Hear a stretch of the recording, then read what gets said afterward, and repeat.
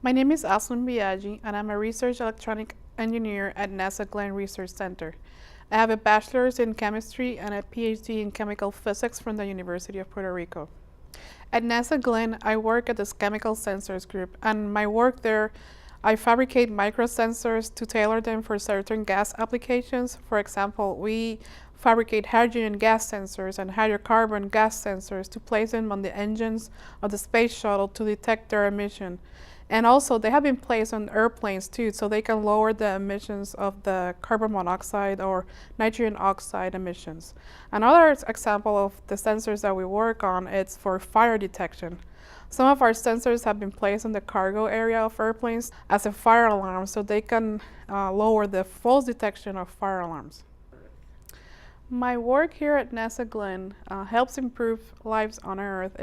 For example, we are currently working on a nitrogen oxide sensor, or NOx sensor, that's going to be incorporated into a breath analyzer. And how this works is that you breathe into this sensor and you will detect NOx.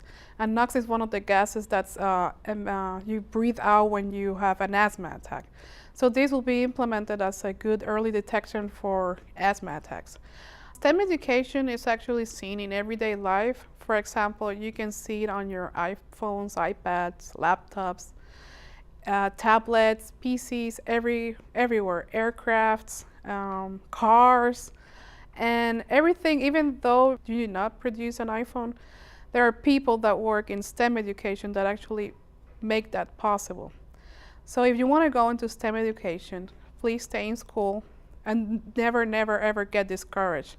I actually, when I went to college, I didn't know what I wanted to do, but I kept on going and finally decided what I wanted to do, and I eventually got my PhD in chemical physics.